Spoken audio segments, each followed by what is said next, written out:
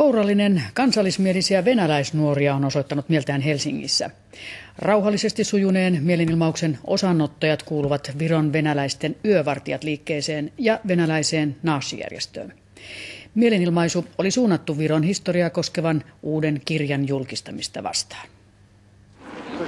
Tästä mielenosoituksesta ehdittiin kohistaa Suomessa viikkokaupalla. Kansallismielisten venäläisnuorten yritys vastustaa Baltian maiden historiankirjoitusta ja politiikkaa jäi kuitenkin torsoksi. Mielenosoituksen päätarkoitus oli vastustaa latvialaista dokumenttielokuvaa The Soviet Storya, joka kertoo Neuvostoliiton punaisesta terrorista. Estonia пытаясь оправдаться таким фильмом, лживым фильмом, как Soviet Story, пытается оправдать миф об оккупации Эстонии, пытается оправдать то, что происходит сейчас с русскоязычным населением в Эстонии, а именно это культурный правовой геноцид. Vihat sai päällensä myös kirjailija Sofi Oksanen. Oksasen ja hänen kollegansa Impi Pajun tänään julkistettu kirja kertoo virolaisten kyydittämisestä Neuvosto-Venäjälle 40-luvulla. Pidän aika erikoisena sitä, että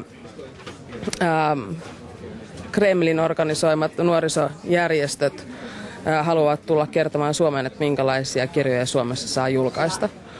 Venäläisnuoret kutsui Suomeen Suomen antifasistinen komitea, jonka Viron vastaiset mielipiteet ovat herättäneet voimakasta vastustusta. Tänään komitean toiminta poiki pienen vastamielenosoituksen. Suomeen saapuneet mielenosoittajat kuuluvat Viron venäläisten yövartijat liikkeeseen ja venäläiseen Nashi-järjestöön. Kummatkin ovat tulleet tunnetuksi kovista, kiihkoisänmaallisista otteistaan.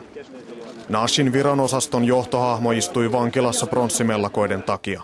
Because our government tried to separate our nationalities between Russians and Estonians. Vaikka kansallismielisten venäläisnuorten toiminta otti nyt ensiaskeleensa Suomen maaperällä, harva uskoo, että aktivismilla olisi täällä jalansijaa. Mä en oikein usko, että Suomen venäläiset innostuvat, eikä hirveän monet Viron venäläisetkään niin innostu.